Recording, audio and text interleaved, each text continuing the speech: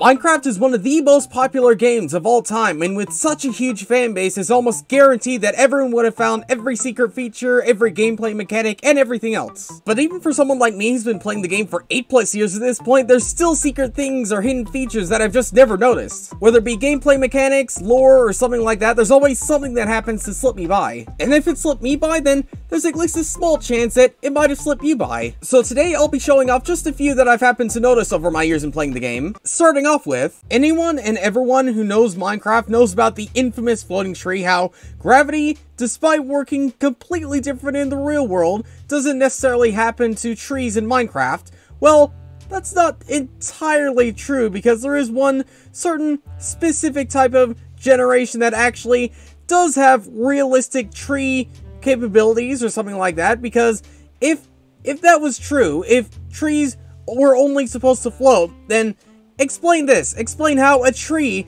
somehow affected by gravity, was actually able to fall over. Now I get why these exist. It makes forests and other types of biomes a little bit more unique and interesting when exploring, but comparing the two logical things just makes them that much more illogical. Like, how can you have a falling over tree when you could also have a floating tree? Like, unless if somehow these woods were completely different, that just really doesn't make much sense. But at least the second thing I'm going to show off is logically sound at the very least. However, when you think about it, at least for a second, you realize just how gross it really is. Because occasionally piglins have a chance of actually hunting down the hoglin mob, as we can see literally right here, right on cue, as we can see right here. Like, they are ruthless when it comes to hoglins. And obviously this is, you know, for feeding their own kind and things like that, but if you really think about it, hoglins are basically pigs, and piglins are obviously pigs.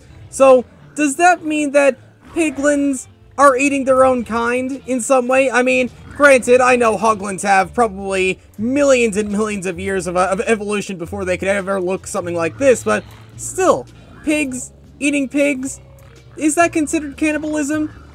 Because I personally think that is. I mean, just look at it. They literally can't get enough of the pig. I mean, come on. Look, buddy, I know food is sparse in the nether, but you pigs don't need to be killing off other pigs. I mean, come on. So those first two are more based on lore additions. What about actual gameplay features? Well, this next one is kind of a little bit of both, because icebergs are easily the best place to get yourself a whole bunch of packed ice to use to turn into blue ice. Well, certain scenarios, certain circumstances, and very lucky chances of generation could actually get you not only packed icebergs, but also completely formed blue ice icebergs. And seriously, these are like super rare. I had to go through like 5 seeds to find just one of these. But yeah, if you really think about it, having a completely compacted blue ice iceberg really tells that this is an iceberg that's been here for much longer than these other ones, which also gives you the opportunity to not have to waste your time so much in gathering a whole bunch of packed ice,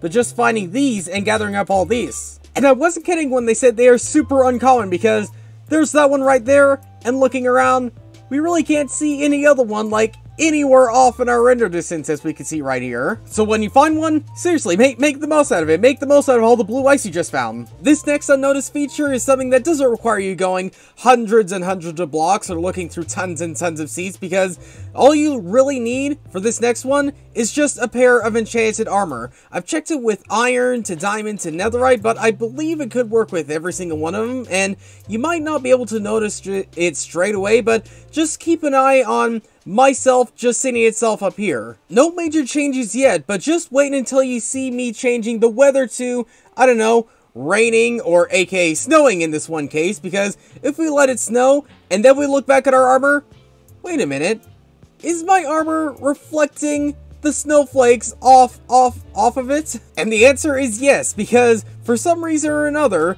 most enchanted armor just happens to reflect off pretty much every single thing inside the game. Say for example, if we place down a whole bunch of magma and then we look inside our armor inventory, we can see, yeah, there is some orange that's actually reflecting off of it. It's very subtle, but when you notice it, you can't unnotice it, if I'm honest. And in case you're someone who wanted to see something like mirrors inside the game or something like that, then just know that in some way or another there is technically some form of mirrors, even though they're not the best type of mirrors inside the world. But much like the log thing, it's kind of weird how it's not reflective on my armor here, but only reflective inside my inventory. But at least it's more consistent than Minecraft's waterlogging, because if you remember way back when they announced Update Aquatic, they're going to have waterlogging be much more different than what we see today, being it could actually be waterlogged inside of flowing water or something like that, until they realize that that's going to break a whole bunch of redstone contraptions so that you can only waterlog things inside of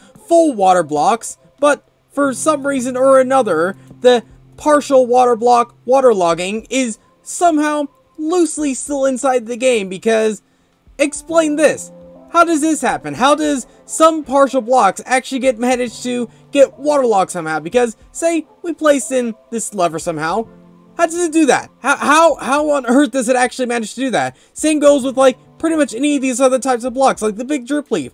How does it do that? The comparator. How does it waterlog itself? How do any of these blocks actually manage to partially waterlog themselves inside of partial water? The weirdest one, honestly, is the small drip leaf, because even though you can partially waterlog it, it sort of doesn't necessarily do it the full time, because you have to sort of click it a whole bunch of times for it to actually do that. But how is this in the game, and who actually manages to use something like this for it to actually be, you know, purposeful inside the game? I don't think I can answer that, but all I can say is this is, once again, another one of Minecraft's weird inconsistencies when it comes to features inside the game. Something I can mention, however, is something I've mentioned almost every single time I show off a Woodland Mansion inside of Seeds, because for some reason or another, Woodland Mansions almost every single time seem to spawn right above a lush cave.